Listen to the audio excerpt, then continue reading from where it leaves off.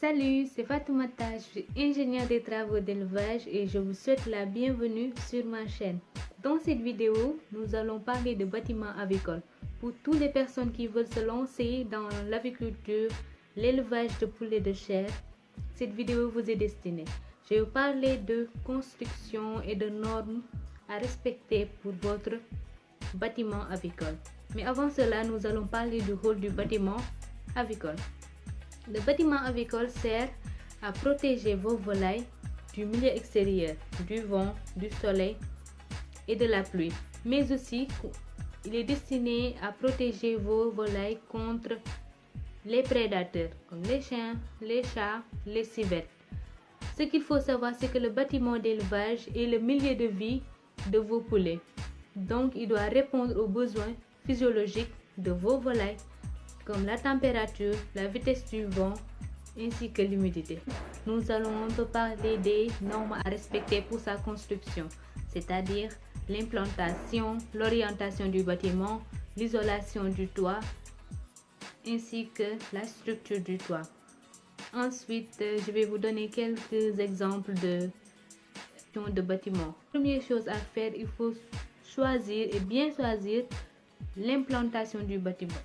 Là où vous voulez construire votre bâtiment doit être un terrain plat qui n'est pas trop encaissé et qui n'est pas trop proche de végétation trop dense. Il faut au moins compter 10 mètres d'espace entre les végétations trop denses et votre bâtiment. Donc, après avoir choisi le lieu où vous voulez implanter votre bâtiment, il faut aussi connaître comment orienter votre bâtiment. Votre bâtiment ne doit pas être exposé directement aux rayons de soleil pour empêcher une surchauffage de votre bâtiment. Mais aussi, l'exposition doit être perpendiculaire au vent dominant pour une bonne aération de votre bâtiment. Voilà pour l'orientation et l'implantation du bâtiment. Nous allons parler de l'isolation du toit. Votre bâtiment doit être impérativement isolé. Le toit doit être isolé avec des matériaux végétaux. J'ai d'utiliser des végétaux locaux comme le bambou ou bien la chaume, qui sont de très bons isolateurs et qu'on peut trouver un peu partout et facilement. Donc voilà les quelques conseils que je vais à vous donner concernant la construction d'un bâtiment avicole.